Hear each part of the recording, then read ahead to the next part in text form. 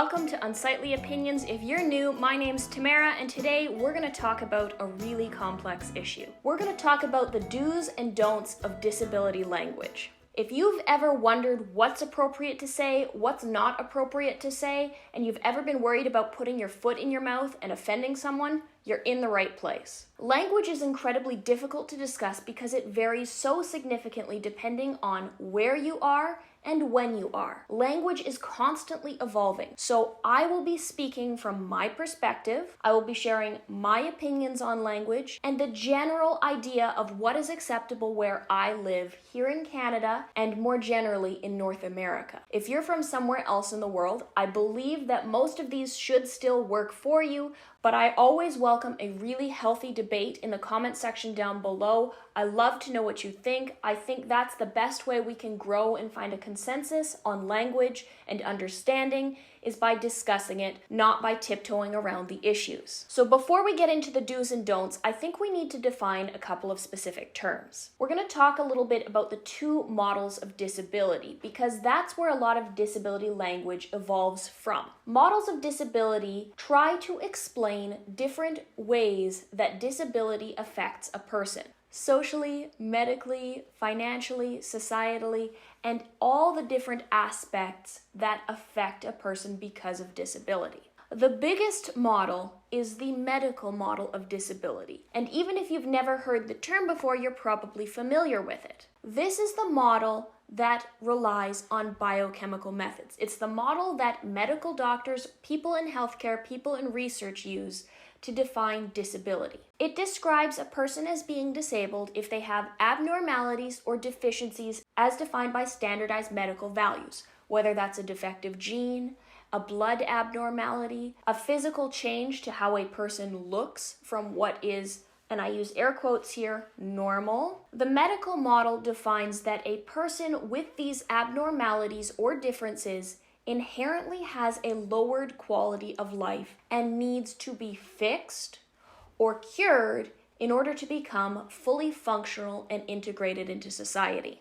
I find this model to be inherently flawed because not all disabilities, medical conditions, or abnormalities have cures. I have disabilities that do not have a cure. I find that when you are so focused on curing or fixing, it can leave a person with an uncurable disability as feeling deficient or as a second-class citizen. People who prescribe to this model or people who have been affected by this model typically feel like they are less than someone who is whole or less than someone who is, quote, fully functioning or normal. The second model, which I prescribe to more, is the social model of disability. The social model states that it is not the disability itself that inherently limits a person's ability to integrate and participate in society, but it is society's inability to accommodate for that individual. It is society's connotations, beliefs, and design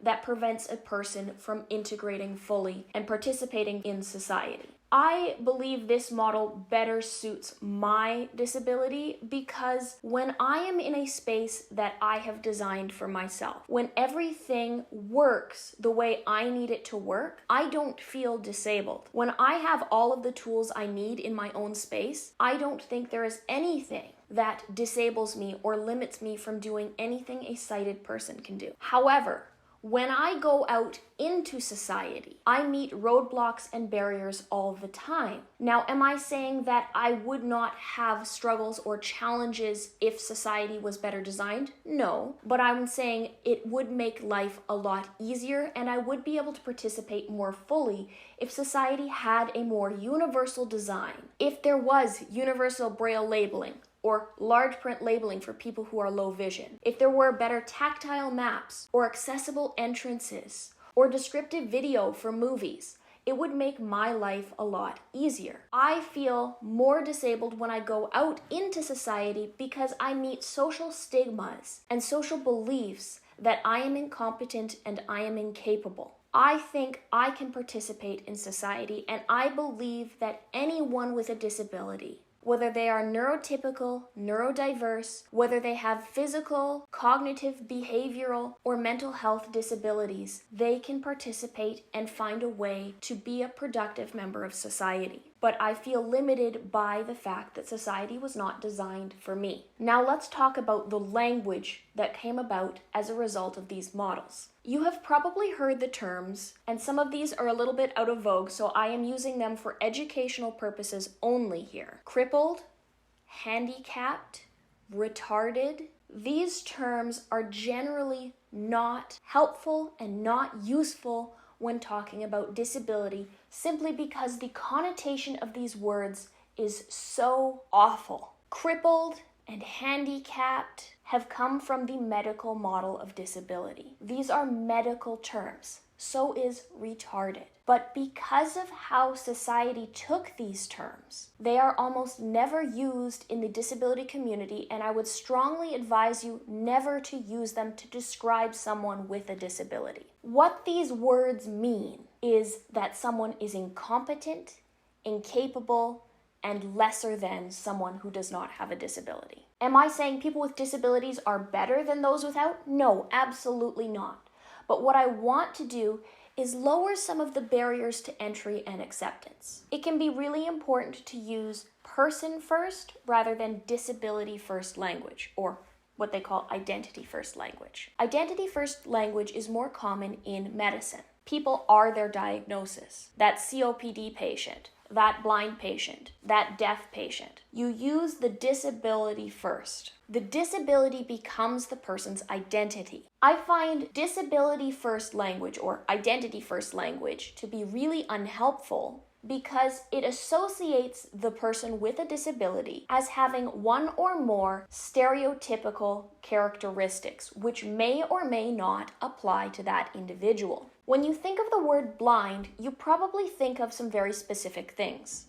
Dark sunglasses, canes, guide dogs, braille, but these descriptors don't necessarily apply to every single person who is characterized as being blind. Not all blind people use white canes, not all blind people use guide dogs, not all blind people know how to read braille. I much prefer person first language. Person first language means you identify the person and use the disability as a descriptor. It is an identifying feature, but it is not their identity. I am a person who is blind.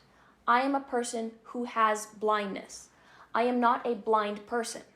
Now you're probably going to comment that I use the term blind person, blind girl does this. But that is because I don't mind having people approach my videos and maybe learn something about how language affects how people feel. Is blindness my identity? Absolutely not. But do I embrace it as part of myself? Absolutely. So I would encourage you, unless someone states otherwise, that their preference is to be identified as disability first, to use person first language. This is Sarah, who happens to be blind. This is Sam, who happens to be deaf. This is Carl, who has autism spectrum disorder. All of these people have separate identities beyond their disability. I would also caution you from using language like crippled by, afflicted from, suffers from, because these inherently add problems to the person with a disability. While I do sometimes struggle with my disabilities, I don't always suffer from them. I don't always have problems with my disability. And adding those descriptors inherently demeans or lowers the capabilities of the person with a disability. I feel it's really important to speak in a collaborative, welcoming, and open fashion. If you're not sure what type of language to use, it's better to ask than to say something that is offensive. I am never going to be offended if someone says, "Hey, I'm not sure what to do in this situation. Can you tell me what's appropriate so I don't make a mistake?" And I have no problem with that because someone is coming to me trying to learn, trying to do something in a way that is open and collaborative. They're not talking down to me. They're not making assumptions. and they're not treating me like someone who doesn't have an identity and a voice. And that's incredibly important. This last don't is probably the most controversial, because there has been a development in language in recent years to suggest that in an effort to be welcoming and inclusive, we have gone too far the other way. We've tried to create words that now don't in fact describe disability, but we've put a nice fuzzy cover on it. Something like differently abled or exceptionally abled. I find that these words do not represent people with disabilities because disability doesn't always mean struggling from, but if we use words like differently abled, it denies the problems that having a disability actually entails. Disability is not easy. While I don't want to be pitied or talked down to or have no identity, I don't want somebody assuming that I don't have to work harder or longer or have to fight for the same rights as every other individual. It denies the actual struggle that I do go through having disabilities. So if you feel comfortable using those words for yourself, that's wonderful. But please don't say I'm differently abled, extraordinarily abled, exceptionally abled. I don't feel that those represent me. I don't have other abilities that make me better than a sighted person.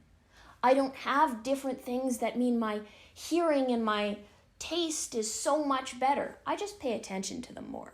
And one final takeaway: only use disability terms when absolutely necessary. A person isn't only their disability, as I've said over and over in this video. If you don't need to attach someone's disability to what you're talking about, don't. Some people don't want to be reminded of their disability all the time. They just want to be themselves. I hope this helped clear up any questions you have about using disability language, the do's and don'ts. If you have any comments, any disagreements, I welcome them. Please leave them down below.